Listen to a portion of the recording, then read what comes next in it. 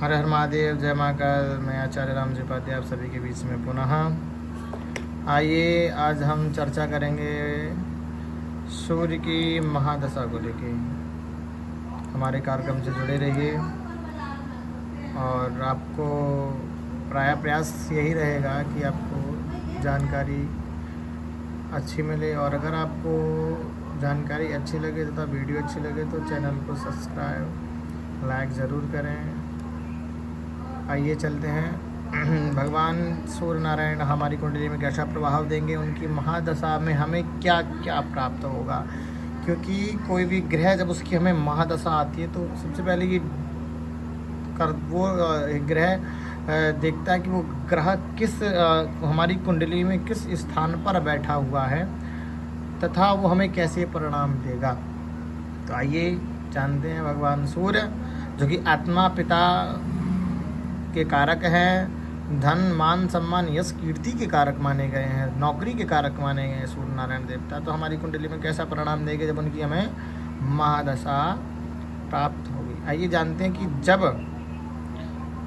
उत्तम बल लेकर हमारी कुंडली में सूर्य नारायण देवता विराजमान हो, जैसे कि 1 से 5 6 अंश तक मृत अवस्था होती है, 6 से 12 तक बाल अवस्था होती है, 12 से 19 तक युवा अवस्था होती है और 19 से आपके 30-29 तक ये वृद्ध अवस्था ग्रहों की मानी जाती है। 4 अवस्थाएं होती हैं। और अगर अंशबल मजबूत है आपकी कुंडली में भगवान सूर्य का, तो पुत्र, बुद्धि, आपका जो अधिकार है समाज में या घर में जो अधिकार है वो, ऊंचे ज्ञान, इनमें तो उच्च शिक्षा, धन, यश, मतलब यश का मतलब समाज में आपकी मान प्रतिष्ठा सम्मान, पौरुष और सुख की प्राप्ति होती है। जब उत्तम बल लेकर हमारी कुंडली में बैठूं तथा अच्छे स्थान पर बैठे हों, जैसे त्रिकोण में हो, केंद्र में हो, धन भाव में हो, एकादश भाव में हो, 6, 8, 12, 6, 8 और 12 को छोड़कर अन्य स्थान पर अगर बैठे हैं तो हमें शुभ ही परिणाम देखने को प्राप्त होंगे। आगे डिफरेंट ये करता है कि किस राशि में बैठे हैं, शत्रु राशि में तो नहीं है, नीच के तो नहीं है, तो उससे भी परिणाम बदल सकते हैं। आइए, ये तो हो गया जब उत्तम बल लेके अच्छे स्थान पर भगवान सूर्य हमारे कुंडली में विराजमान हो तब। अब आइए दूसरा पहलू भी देखिए। अगर सत्य है तो असत्य भी है और अच्छा है तो बुरा भी है, दोनों होता है।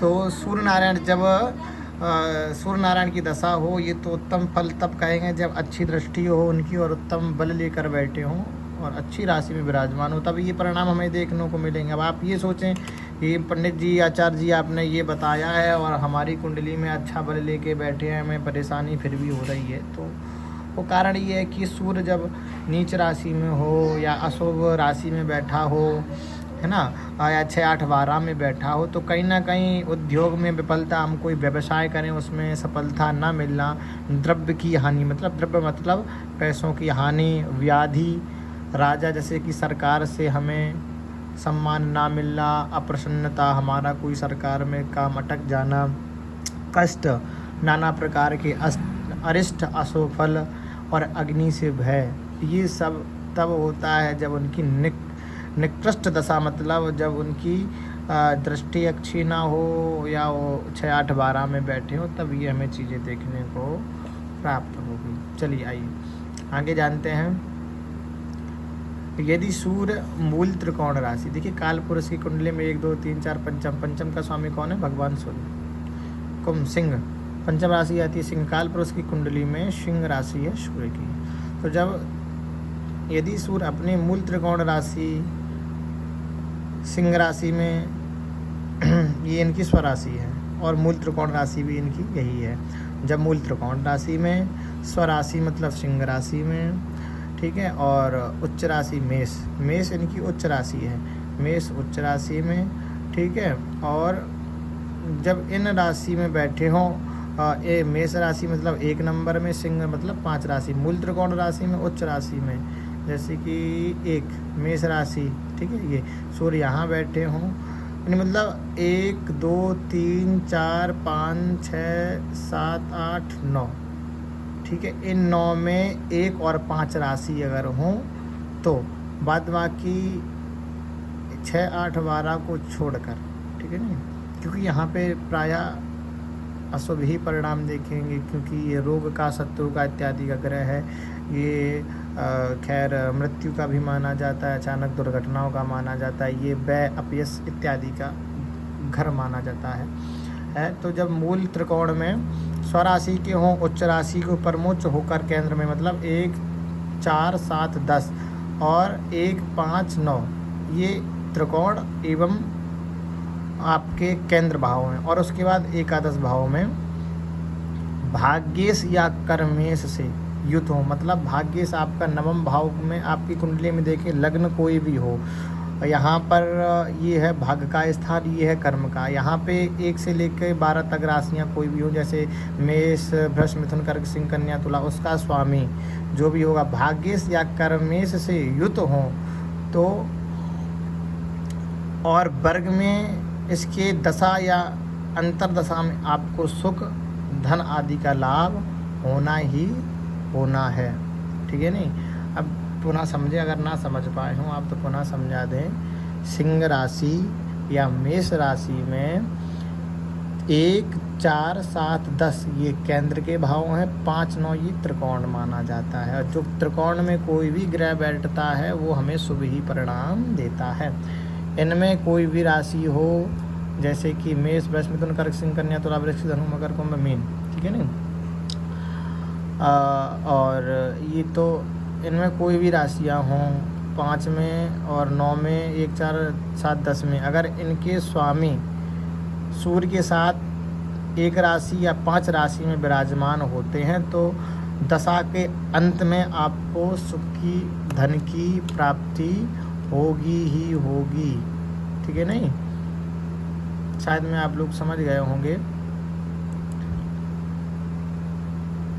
जब भी इनकी अंतरदशा या प्रत्यंतर दशा आपके ऊपर आएगी और दशा के अंत में आपको धन सुख संपत्ति इत्यादि सब प्राप्त होगी, क्योंकि त्रिकोण हमेशा कोई भी अशुभ ग्रह राहु केतु भी अगर त्रिकोण में विराजमान होते हैं तब भी वो हमें अच्छा परिणाम ही प्रदान करते हैं।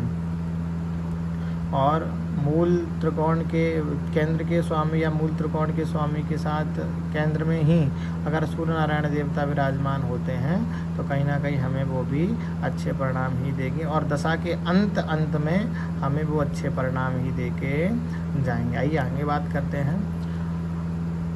अब जैसे कि भाग्येश के साथ, भाग्येश या कर्मेश के साथ युत है, जैसे कि यहाँ पे 1 से लेकर कोई भी गिनती हो, मेष वृष मिथुन कर्क सिंह कन्या तुला, तो आप देख लें कि उस भाव का भावपति, दशम भाव का भावपति अगर सूर्य के साथ युत हो या भाग्येश का भावपति सूर्य के साथ 1 या 5 राशि में विराजमान हो तो आपको अच्छे परिणाम देखने को मिलेंगे। आगे पंचमेश के साथ युति हो, पंचमेश मतलब 5वें स्थान का मालिक, यहाँ पे आपकी कोई भी राशि हो और सूर्य नारायण देवता केंद्र या त्रिकोण में बैठ के उसके साथ युति बनाए हुए मतलब एक साथ विराजमान है, तो व्यक्ति हाथी घोड़ा आदि, अब तो खैर प्रायः हाथी घोड़े चलते नहीं हैं खैर, लेकिन आजकल हाथी घोड़े से युद्ध मतलब होता है, यानी मतलब 4 व्हीलर जैसे BMW इत्यादि बड़ी बड़ी मर्सिडीज यानी मतलब राजा की तरह वो संपन्न होता है। वाहन का भी बहुत अच्छा लाभ प्राप्त होता है। अगर पंचमेश के साथ सूर्य नारायण की केंद्र त्रिकोण में अगर बैठे हैं, धनेश है ना, पंचमेश युद्ध हो तो राजा के समान सम्मान आदि सवारियों का सुख प्राप्त होता है। आइए आगे जानते हैं। धनेश 2 नंबर राशि मतलब धन भाव का स्वामी, अगर धन भाव के स्वामी के साथ सूर्य नारायण की युति बनी हुई है तो कहीं ना कहीं आपको वाहनों का सुख बहुत अच्छा मिलेगा और वाहनों से आपको लाभ भी होगा।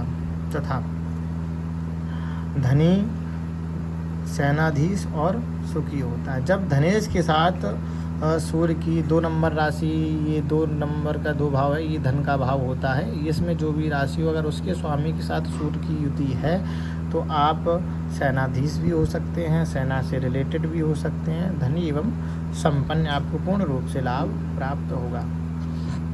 आइए आगे जानते हैं। यदि सूर्य अपनी नीच राशि में, ठीक है नहीं, नीच राशि तुला राशि है। देखिए आगे इसका दूसरा भी जान लेते हैं।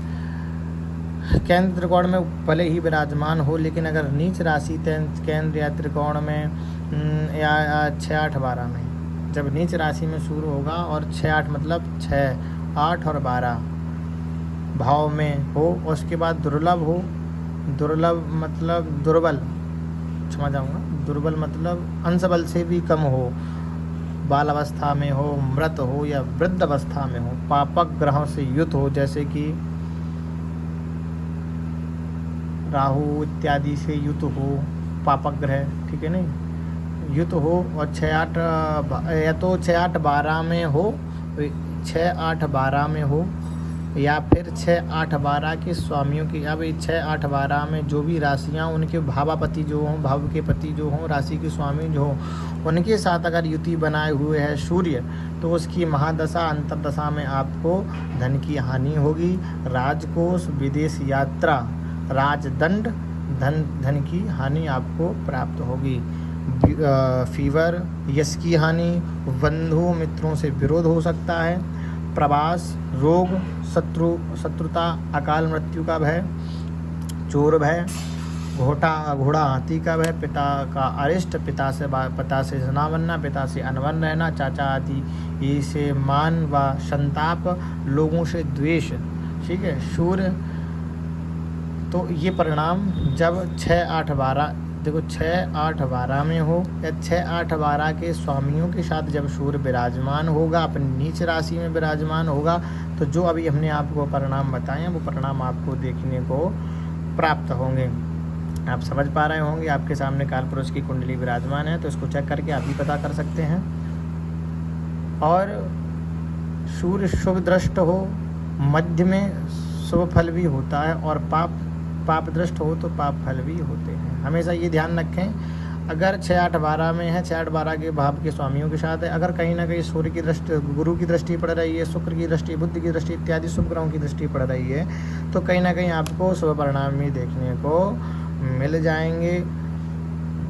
आज तक के लिए इतना ही, और अगर आपको ये वीडियो हमारी अच्छी लगी हो, आपको कुछ प्राप्त हुआ, तो चैनल को सब्सक्राइब, लाइक, कमेंट ज़रूर करें, और ऐसे ही जानकारी प्राप्त करते रहें। जय काशी विश्वनाथ, हर हर महादेव।